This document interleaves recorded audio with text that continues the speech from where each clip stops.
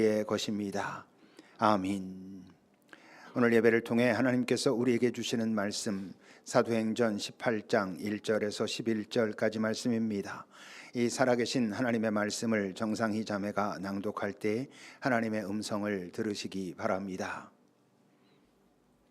그 후에 바울이 아덴을 떠나 고린도에 이르러 아굴라라 하는 본도에서 난 유대인 한 사람을 만나니 글라우디오가 모든 유대인을 명하여 로마에서 떠나라 한 고로 그가 그 아내 브리스길라와 함께 이딜리아로부터 새로 온지라. 바울이 그들에게 가매 생업이 같음으로 함께 살며 일을 하니 그 생업은 천막을 만드는 것이더라. 안식일마다 바울이 회당에서 강론하고 유대인과 헬라인을 권면하니라. 실라와 디모데가 마게도냐로부터 내려오매 바울이 하나님의 말씀에 붙잡혀 유대인들에게는 예수는 그리스도라 밝히 증언하니 그들이 대적하여 비방하거늘 바울이 옷을 털면서 이르되 너희 피가 너희 머리로 돌아갈 것이요 나는 깨끗하니라. 이후에는 이방인에게로 가리라 하고 거기서 옮겨 하나님을 경외하는 디도 유스도라 하는 사람의 집에 들어가니 그 집은 회당 옆이라. 또 회당장 그리스보가 온 지방과 더불어 주를 믿으며 수많은 고린도 사람도 듣고 믿어 세례를 받더라. 밤에 주께서 환상 가운데 바울에게 말씀하시되 두려워하지 말며 침묵하지 말고 말하라. 내가 너와 함께 있음에 어떤 사람도 너를 대적하여 해롭게 할 자가 없을 것이니 이는 이 성 중에 내 백성이 많음이라 하시더라. 1년 6개월을 머물며 그들 가운데서 하나님의 말씀을 가르치니라. 아멘. 하나님의 말씀입니다. 하나님, 이제 또 이 말씀을 성령께서 풀어 오늘 나에게 우리에게 주시는 말씀으로 깨닫게 하소서. 마음속에 깊이 이해되고 깨달아지고 동의되고 하여 살고자 하는 열망과 용기와 능력도 주께로부터 받기를 원합니다. 우리가 예물을 드립니다. 예물이 정말 하나님 나라에 쌓이는 예물이 되어 이 땅에선 평화와 위로와 회복을 위해 아름답게 사용되도록 우리 모두가 진심으로 감사한 마음으로 동참하게 하옵소서. 각자 다른 상황과 마음으로 이곳에 있습니다.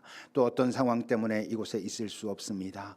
하나님 모두를 당신의 사랑으로 묶어주사 당신의 백성다워질 수 있는 지혜와 능력을 이 시간 허락하옵소서.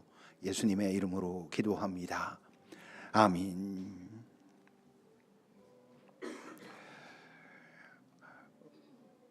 오늘 이제 바울은 아테네에서 고린도라고 하는 도시로 옮겨갑니다.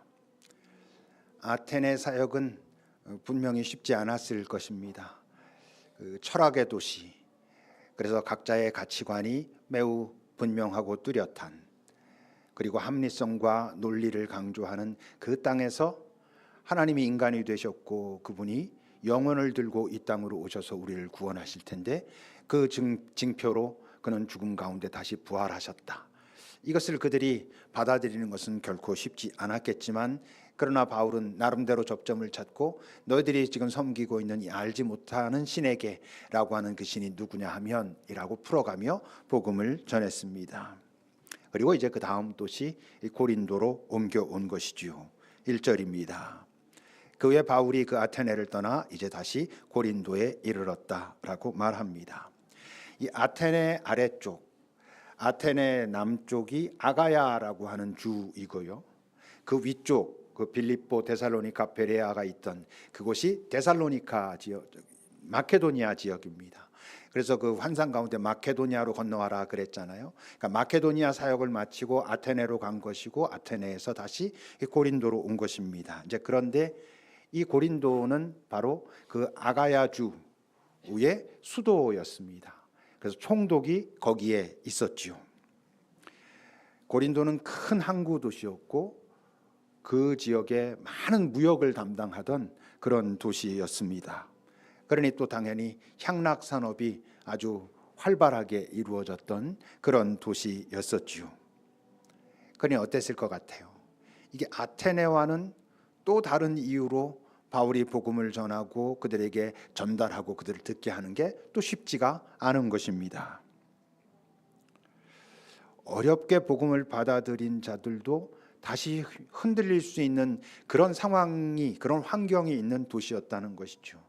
그래서 고린도 전서, 고린도 후서에 보면 그들의 삶이 흔들리고 믿음으로 떠나고자 하고 여러 또 어려운 일들을 발생시키고 하는 그런 것들에 대해서 꾸중하고 질책하고 정신 차리라고 하고 그런 내용들이 굉장히 많이 들어 있습니다. 왜 그렇겠어요?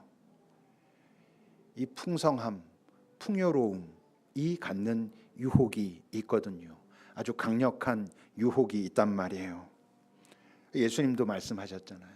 부자가 천국에 가는 것은 낙타가 바늘길을 통과하는 것보다도 어려울 수 있다라고 경고하셨죠.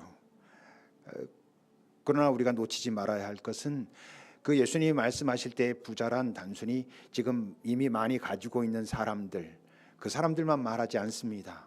그가 지금 많이 가지고 있느냐 많이 가지고 있지 못하느냐와 관계없이 부자가 되는 것, 이 땅에서 풍성해지는 것, 많은 것을 갖는 것이 삶의 목표고 그것을 향해서 지금 나름대로 치열하게 애쓰고 있는 모든 자들에게 너희들이 지금 그 눈앞에 보이는 그것 너머에 저 영원에 도달하는 것은 정말 만만치 않을 거야 라고 경고하신 것이지요. 그러니까 아테네는 어쨌건 바울이 전하는 복음에 귀를 기울였거든요. 그들은 새로운 어떤 것이 있으면 그것이 무엇인지 알고자 했고 자신들의 필터로 그것을 어떻게 식별하고자 하긴 했지만 어쨌건 그 내용을 깊이 들었어요. 그러니까 바울이 뭔가 말을 하려고 하면 들었고 아니면 자기들이 모여가지고 바울을 데려다가 말하라고 하고 이런 상황이었어요. 근데 고린도는 어땠을 것 같아요? 이들은 듣지 않아요. 그들의 귀에 들리지를 않는 거예요. 왜? 그들의 지금 관심이 외적인 것, 눈앞에 보이는 것, 이 풍요로운 것, 더 갖는 것, 풍성한 것, 나의 머리와 나의 생각을 만족시켜 줄 수 있는 것에 가 있었기 때문에 그들은 지금 자기네들의 만족을 향해서 막 그 외적 만족을 향해서 다가서고 있었기 때문에 바울의 이야기가 잘 들리지 않았단 말이에요. 이 현대 사회는 아테네 쪽에 가깝겠습니까? 고린도 쪽에 가깝겠습니까? 아무래도 고린도에 가까울 것 같아요. 그렇죠? 이 세상이 참 풍요를 추구하고 풍요롭기 위해서 정말 무슨 노력이든지 다 하려고 하고 그런 세상이니까 말이에요. 근데 이 바울의 2차 전도 여행의 기간을 대략 한 3년 정도로 보고 있거든요. 근데 이 잘 들을 것 같지 않은 도시 고린도에서 바울은 거의 절반가량을 머무릅니다. 11절은 그래서 이렇게 말하는 거예요. 1년 6개월 동안 고린도에 머물면서 그들 가운데서 하나님의 말씀을 가르쳤다. 그동안 바울의 전도여행의 그 과정을 보면 복음을 전하다가 그들이 들으려고 하지 않으면 뭐 정말 신발에 먼지까지 떨어내면서 우린 다른 곳으로 간다고 그러고 떠났잖아요. 그런데 지금 고린도에는 1년 6개월 동안이나 머물렀다는 거예요. 그것은 무엇을 의미합니까? 어쨌건 그들 가운데에는 바울의 그 이야기를 듣고 뭔가가 걸려들었고 그랬기 때문에 바울에게 배우려고 하는 자들이 꽤 있었다는 것이고 그리고 나름대로 열성이 있었다는 것이고 꽤 꾸준히 지속적으로 그랬으니까 1년 6개월이라고 하는 긴 시간 동안 고린도에 머물면서 그들을 가르쳤다고 하는 거거든요. 뭐였을까요? 분명히 그들에게 처음 바울이 지금 그 복음을 듣게 하는 것은 분명히 아테네보다 힘들었을 것입니다. 이들은 생각이 마음이 이 밖에 지금 와 있었기 때문에 그랬는데 이 고린도 사람들은 상대적으로 아테네 사람들보다 약한 부분이 있었어요. 바울이 이제 그걸 당연히 알았을 거고 그런 부분을 공략했겠죠. 쉽지 않았겠지만 그게 뭐였을까? 그들 자신도 자각하지 못하고 있었던 이 외적 풍요 속에 감춰져 있는 내적 공허, 내면의 탄식 이런 부분들이 아테네 사람들보다는 확실히 있었던 사람들이에요. 아테네 사람들의 내적인 그 공간이 채워진 것이 하나님의 것으로 채워져서가 아니라 그것이 다 옳은 것이어서가 아니라 그것이 옳고 그르고와 관계없이 아테네 사람들은 뭔가 자신들의 내면에 가지고 있었고 그것에 대한 자부심도 있었고 자신감도 있었고 그것을 확신하고 있었거든요. 그러니까 아테네 사람들은 고린도 사람들만큼 외적으로 풍요롭지는 못했을지 모르지만 내적으로는 나름대로 견고한 사람들이었던 거예요. 근데 고린도 사람들은 외적으로는 풍요롭지만 내적으로는 그런 허약한 부분들이 꽤 있었다는 것을 의미하지요. 그래서 10절 뒤에서 하나님이 이렇게 말씀하시죠. 바울에게 이 성중에 내 백성이 많다. 하나님이 바울에게 그렇게 말씀하신 거예요. 고린도에서. 근데 이 성중에 내 백성이 많다는 게 이미 예수 믿고 나를 믿는 사람들이 많다는 뜻이겠어요? 아니죠. 이 지금 화려하고 이런 성중에 이곳에 있는 사람들은 지금 밖에 보이는 풍요로움을 추구하고 막 그러는 것 같지만 내적 공허와 이런 것들을 많은 이들이 가지고 있고 그것이 복음에 의해서 건드려질 사람들이 꽤 많이 있다, 이런 뜻이에요. 그것이 건드려지면 이들은 어쩌면 아테네 사람들은 들으려고 하지만 더 견고하게 그 귀를 막는 상태일지도 모르는데 이들은 안 듣는 것 같지만 그 부분들이 건드려지면 너에게 복음의 마음을 열고 다가설 수 있어. 그런 이들이 꽤 있어 라고 말씀하신 것이지요. 실제로 이 시대도 그러니까 그런 것입니다. 겉으로 여러 가지가 풍요롭고 많은 것이 화려하고 이렇지만 그 내면에 어떤 탄식을 가지고 있는, 내면에 어떤 빈 공간이 있는 사람들이 꽤 많습니다만, 이제 문제는 이 시대는 그 고린도 시대, 그 시대보다도 훨씬 더 우리 내면에 있는 그 빈 공간, 공허, 탄식, 그것을 발견하는 것이, 그것을 자각해내는 것이 어려워지고 있다는 데 있지요. 왜? 외적인 풍요의 그 모습이, 그 형태가 우리에게 다가오는 자극이 훨씬 강해지고 있거든요. 훨씬 그것이 강하고 아주 세밀하게 섬세하게 우리가 자각도 못하는 사이에 우리를 지배하고 있기 때문에 거기에 지배를 받다 보면 우리 내면의 그런 부분에 도달하기가 너무 어렵기 때문이지요. 여러분, 이 세상이 이 외적 풍요, 그 유혹이 정말 강하다고 하는 여러 증거들이 있겠지만 저는 단편적으로 보여주고 있는 아주 분명한 증거 중에 하나가 우리가 그냥 쉽게 말하고 있는 이 빨라진 시간인 것 같아요.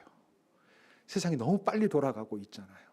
한 해가 시작했는가 하면 벌써 이제 끝나가고 있고, 이번 달 시작했는가 보면 중순, 하순 이렇게 돼가고 있고, 좀 우스갯소리로 침묵하는 5분, 10분이 제일 길다 이럴 만큼 뭔가 이 세상이 빨리 돌아가고 있어요. 그게 뭘 의미하겠어요? 뭔가 분명히 이 세상이 발달하고 과학도 발전하고 이러면서 편리해졌는데 우리 안에 평화가 없다는 걸 문득 느끼거든요.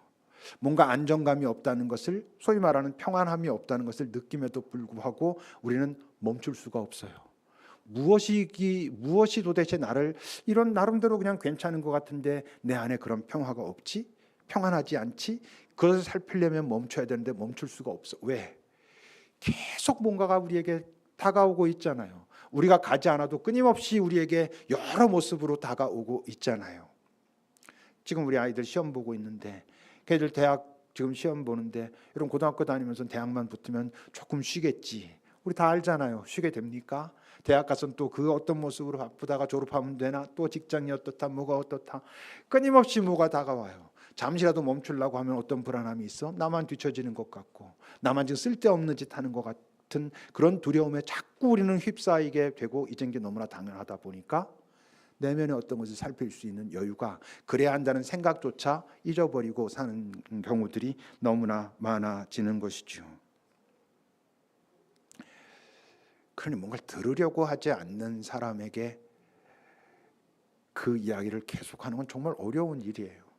이건 때로 위축되기도 하고, 이걸 내가 계속 하는 게 맞나 싶기도 하고, 이게 힘 빠지는 일이고 그렇잖아요.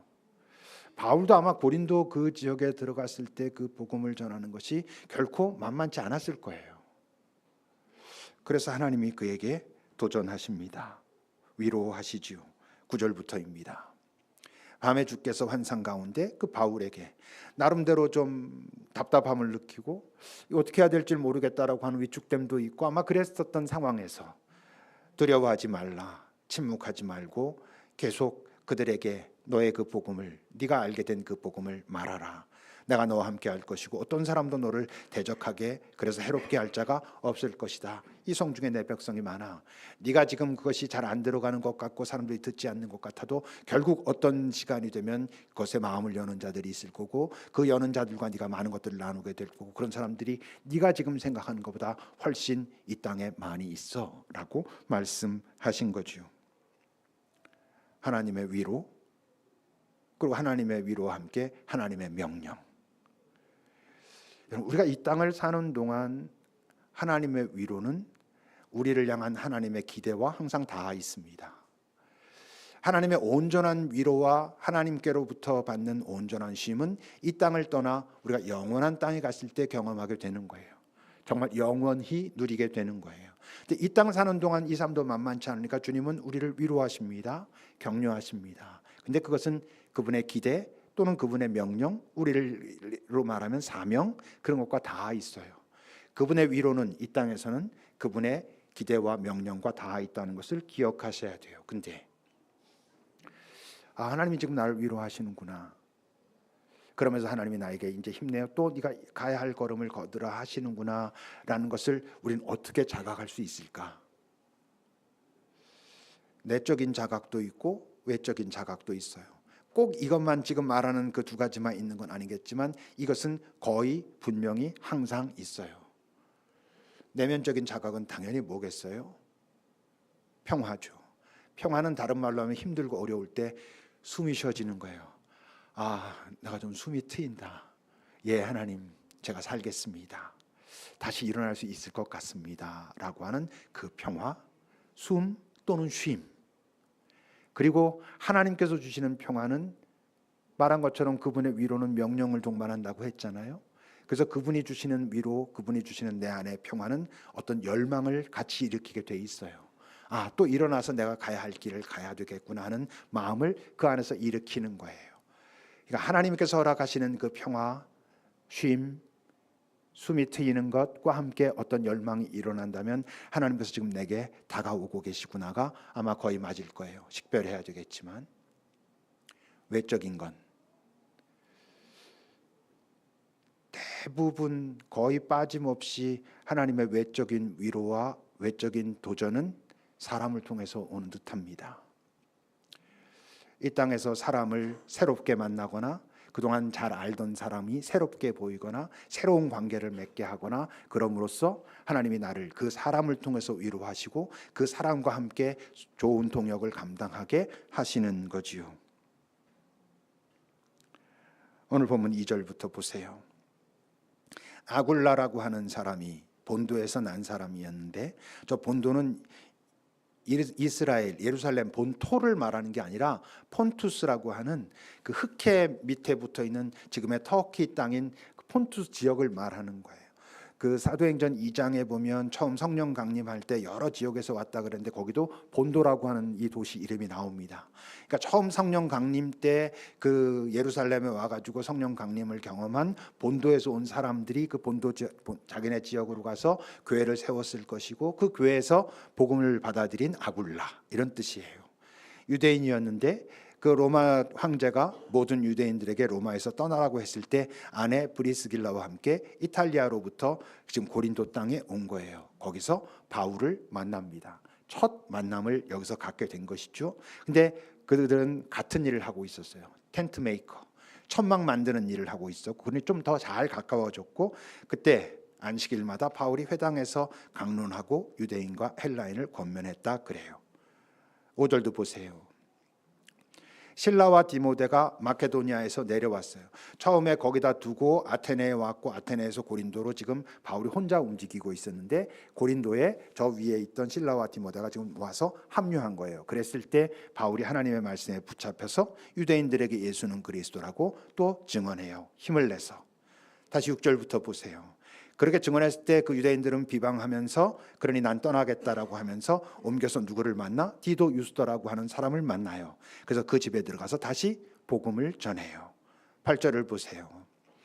회당장 그리스보를 만나요. 그랬을 때 그 집안과 더불어서 그다 주주를 믿고 또 수많은 고린도 사람들에게 바울이 복음을 전하고 그들이 복음을 받아들여요. 지금 크게 네 그룹이 나오지요.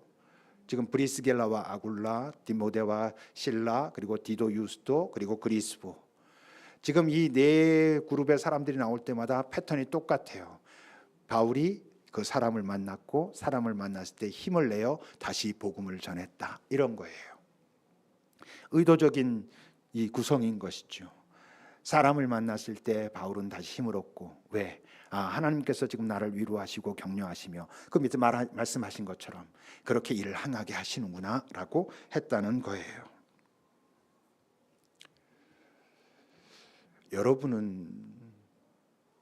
여러분들이 만나는 사람 중에 난 이 사람을 만나면 숨이 쉬어져, 쉼이 있어. 이 사람을 만나면 긴장하고 어떻게 해야 될까 고민하고 이러기보다 그냥 털퍼덕 좀 그럴 수 있어. 그뿐만 아니라 그 사람을 만나면 내가 힘을 내게 하는 것 같아. 힘이 나게 되는 것 같아. 이런 사람이 혹시 있으신지요? 지금 떠오르는 사람 혹시 또는 떠오르는 공동체가 있으십니까? 바라기는 첫 번째로 여러분들의 가족이길 바랍니다. 내 아내, 내 남편, 내 부모, 내 아이들, 내 식구들. 근데 거기 가면 이 밖에서 어떤 일이 있었어도 숨이 쉬어져. 그들은 나를 그냥 그 모습 그대로 받아들여 주거든. 그리고 거기에 가면 그래, 내가 이 땅 만만치 않지만 또 살아내야지라고 하는 힘을 얻어. 그래서 집에서 하루 쉬고 나면 나는 또 일어나서 간다. 그럴 수 있기를 바래요. 그러지 않은 가정도 많아요. 그 가정에 가면 끊임없는 질책과 지적과 10개 중에 7개, 8개를 잘했어도 한두 개를 지적하면서 너 위해서 하는 소리인데 왜 그러냐가 끊임없이 일어나는 다툼이 있는, 그 가족들끼리도 서로 경쟁하는 그런 가족들이 여러분 생각보다 의외로 많아요. 친구들은 어떻습니까? 어떤 친구 그룹에 가면 갈 때부터 오늘은 어떻게 해야지? 라고 마음에 딱 결단을 하고 가야 돼요. 중무장을 하고 가야 돼요. 겉으로 속으로. 가서는 끊임없이 긴장해요. 돌아올 땐 항상 기분이 나빠. 여러분 그런 모임 빨리 그만두세요. 나이가 들수록 알겠어요. 많은 친구 필요 없어요. 진짜 좋은 친구들 몇 명으로 이 땅은 얼마든지 살 수 있어요. 이 교회 공동체가 여러분들에게 그런 공동체가 되길 바랍니다. 이곳에 가면 쉼이 있어. 이곳에 가면 모든 게 다 해결되진 않지만 이곳에 가면 그래 또 살 수 있겠구나 하는 마음이 들어. 이곳에 가서 사람들과 얘기를 나눌 때 나는 그들에게 위로를 경험해. 나는 이 사람들과 얘기를 나누면 그래 또 살아보자 라고 힘을 내게 돼 라고 할 수 있게 되기를 바랍니다. 물론 힘을 내는데 어떤 방향으로 힘을 내냐 이것도 중요한 거예요. 누구를 만나면 힘이 나는데 그래 힘내가지고 더 부동산 투기를 열심히 해야지 뭐 이럴 경우도 있을 거 아니겠어요. 그런 거 말고 영혼을 향한 그런 애씀과 노력의 에너지가 생겨나는 그런 사람들, 그런 공동체가 있길 바라고 여기 있는 여러분들이 이 공동체가 그러기를 바라요. 근데 하나 더 생각해야 될 게 있어요. 나는 그런 사람인가? 누가 나를 만나면 그 사람은 나를 만났기 때문에 쉼을 경험하나? 나를 만나서는 털푸덕 앉으면서 내가 너 만나고 나니까 숨통이 트인다 라고 하게 하나? 누군가 나를 만나면 힘을 얻게 되나? 누군가 지쳐서 나에게 왔는데 나를 만나고 난다면 더 지쳐버리게 만들진 않나? 이것 때문에 네가 그런 거고 이래서 네가 잘못한 거고 다 네 책임이고 이래가지고 더 힘 빠지고 더 고통스럽게 만들어가지고 그렇게 하고 나는 거봐 내가 잘했지 내가 한 말이 다 맞아 이러고 있진 않나? 이런 고민을 하셔야 돼요. 사실 사람을 위로하고 격려하는 것을 립서비스로 하는 건 쉬워요. 힘내. 이 말 뭐가 어렵겠어요. 힘내라고 말하는 게. 기도할게. 그게 뭐 어렵겠어요. 기도할게라고 하는 그 순간 살짝 기도할 수 있어요. 분위기 따라서. 근데 10분도 지나지 않아 다 까먹고 살기가 얼마든지 쉬워요. 우리는. 근데 그게 지속적으로 진행되려면 립서비스로는 입술에서 나오는 것으로는 안 되잖아요. 우리가 다 알잖아요. 여러분 내가 누군가를 위로하고 그에게 적어도 힘을 낼 수 있도록 격려하고 손을 내밀어 이렇게 세울 수 있는 그런 사람이 되려면 그런 존재가 돼야 되거든요. 어떤 존재?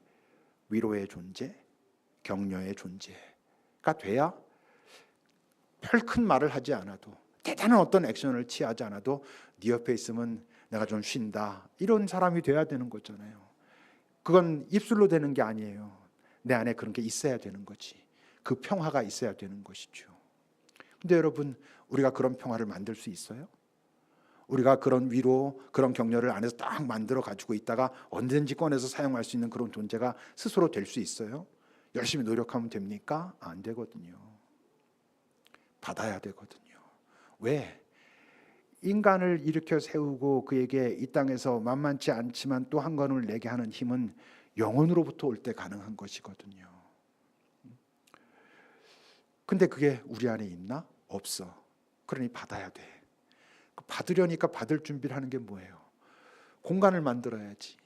이게 아까 말했던 공허한 공간이 아니라 내 안에 이것저것으로 많이 채워져 있던 공간을 일부러 비워내므로 하나님께로부터 오는 그 평화, 그 위로의 에너지, 그 격려의 에너지를 받을 때 내 안에 그런 것들이 스며들어 있을 때 그런 존재로 지속적으로 내가 특별한 뭔가를 하려고 의식적으로 애쓰려고 하지 않아도 그가 나에게서 그런 것을 가져갈 수 있는 그런 존재가 되는 것이죠. 지난 수요일 우리 항신기도 나누면서 그런 이야기 했어요. 우리가 헌신이라는 얘기 참 많이 하는데 진짜 헌신이 뭘까? 그 헌신의 출발점이 뭘까? 여러분, 헌신이라는 게 나를 주님 앞에 내어드린다는 거잖아요. 그걸 자꾸 우리는 어디 가서 뭔가 충성하고 뭔가 일하고 이런 걸 자꾸 헌신이라고 생각하기 쉬운데 그것은 헌신일 수도 있고 아닐 수도 있어요. 그 헌신의 출발점이 뭐겠어요? 나 자신을 주님 앞에 내어드리는 것, 나 자신을 내 주님 앞에 내어드린다는 것은 내 안에 이것저것을 가득 채워 있는 것을 비워내므로 그분으로 채우는 것, 이게 여러분 헌신의 출발이고 헌신 자체인 거예요. 그렇게 비워낼 줄 아는 자들이, 그래서 하나님께서 기꺼이 기쁜 마음으로 채워주실 수 있도록 나를 내어드리는 것이 여러분 헌신의 본질인 거예요. 그렇게 사는 거예요. 그들이 그걸 가지고. 그럼 그때 나를 만나는 자들은 쉼을 경험하는 거예요. 나를 만나는 자들이 일어서고자 그 발목에 힘을 얻는 것이고 내 손을 붙잡고 일어나는 거예요. 반대도 얼마든지 가능한 것이죠.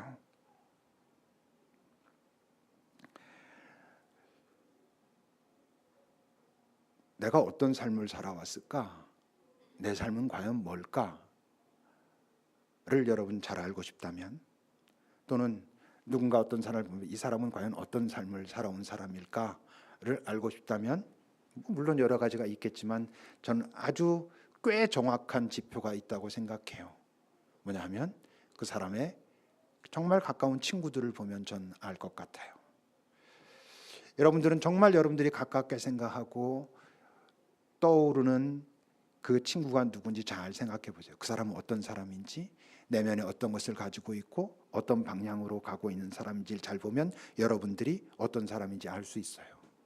누군가를 좀 알고 싶다면 그 사람이 가깝게 지내는 사람들을 보면 이 사람이 어떤 삶을 살아왔겠구나, 어떤 사람이구나를 여러분 알 수 있을 거예요. 오늘 사도행전 18장 18절을 보세요. 바울은 그 고린도에 더 여러 날 머물렀어요. 그리고 형제들과 작별하고 배 타고 수리아로 떠납니다. 수리아는 바로 안디옥 교회에 있는 모교회에 있는 거기예요. 거기로 떠나간 거예요. 그러니까 지금 2차 전도 여행이 끝나고 가고 있는 거예요. 근데 브리스길라와 아굴라도 함께 가요. 이 고린도에서 브리스길라와 아굴라를 만난 거잖아요. 근데 지금 그 안디옥 교회로 돌아가면서 이 사람들과 동행해요. 뭔가 같이 뭔가를 시작하고 있는 거예요. 근데 그렇게 끝나지 않아요. 로마서 16장을 보세요. 너희는 그리스도 예수 안에서 나의 동역자들인 브리스가와 아굴라에게 문안하라. 이때도 같은 동역을 같이 감당하고 있는 좋은 친구로, 동지로 지금 가고 있다는 거예요. 고린도전서 16장이에요. 아시아의 교회들이 너희들에게 문안하는데 아굴라와 브리스가, 그리고 그 집에 있는 교회가 주 안에서 너희에게 진심 어린 마음으로 문안한다. 계속 유지되고 있는 거예요. 바울의 마지막 서신이라고 하는 디모데후서를 보세요. 브리스가와 아굴라, 그리고 오네시보로의 집에 문안하라. 여전히 좋은 동지로 가고 있는 거예요. 하나님 안에서 만났어요. 만나서 어떤 관계가 형성됐어요. 그 형성된 관계가 오랫동안 지속돼요. 바울을 보면 브리스가와 아굴라가 어떤 사람인지 우리가 알 수 있어요. 잠깐 브리스길라와 아굴라 이야기가 나오는데 또 그를 보면 바울이 어떤 사람이기에 이들이 참 끝까지 그런 관계를 유지했구나. 디모데 전후서에 나오는 디모데를 보면 바울을 알 수 있어요. 그 바울을 아니까 디모데를 또 알 수 있어요. 실라를 알 수 있어요. 누가를 알 수 있어요. 마가를 알 수 있어요. 그의 친구를 보면 그를 알 수 있어요. 여러분들이 자신이 누군지 알고 싶다면 여러분들이 정말 좋아하고 가까운 편안한 친구를 보세요. 그를 보면 여러분들이 누구인지 알 수 있어요. 전 여기 있는 우리들 모두가 바로 바울과 브리스길라 아굴라처럼, 바울과 디모데처럼, 바울과 실라처럼, 누가처럼 그런 관계로 잘 성장해 갈 수 있기를 바라요. 처음은 그냥 만나는 거예요. 낯설게 만나는 거예요. 그걸로는 아직 동지가 되지 않아요. 관계가 맺혀져야 되거든. 근데 관계를 맺는 끈이 있어요. 뭐여야 돼? 예수 그리스도. 나와 네가 만났는데 너와 내가 관계를 이제 맺어가는데 예수 그리스도의 사랑으로 서로 소통될 때 그의 위로와 그의 격려를 경험한 자들이 그것을 서로 소통할 때 그들은 좋은 친구가 돼요. 그들이 좋은 친구가 되면 이 땅을 살아가는 동안 그들에 의해서 이 세상은 예수 그리스도의 평화와 위로, 격려를 경험할 거예요. 그게 헌신된 자들의 삶이에요. 기도합시다.